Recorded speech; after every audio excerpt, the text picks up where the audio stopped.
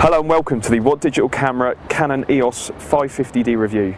This is the Canon EOS 550D. It has an 18 megapixel sensor, 9-point autofocus mode and 3.7 frames per second burst rate.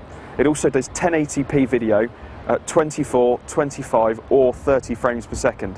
And today we're going to be going through the best points and the worst points of this camera.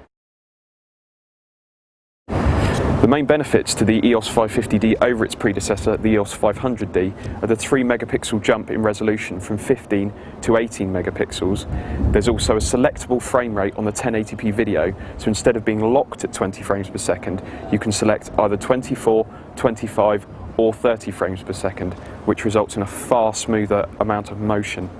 There's also a 63 zone metering system, which means you should get a far better balanced and better exposed image with fewer blown highlights.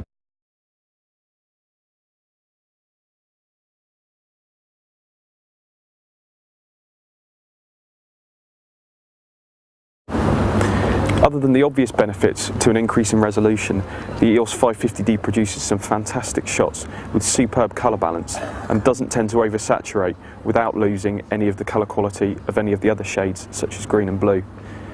There's also some major benefits to having a really light, sturdy frame. It means you can hold the camera for a long time without getting arm ache.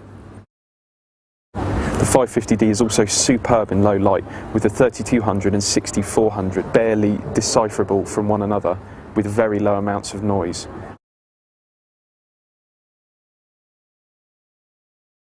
The 550D has a superb 3-inch LCD screen standing at 1040p, which means that you're able to frame shots very, very easily in live view mode. There's also the big benefits of having the 63 zone metering system, which means that every shot comes out fantastically well balanced. There's very few blown highlights, and even in very deep shadow there's still a lot of detail.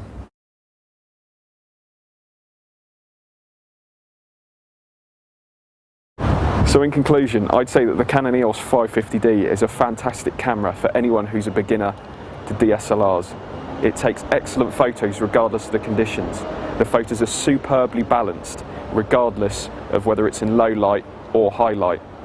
It's also very easy to use, and the creative auto mode makes it very, very simple for anyone to get to grips with it.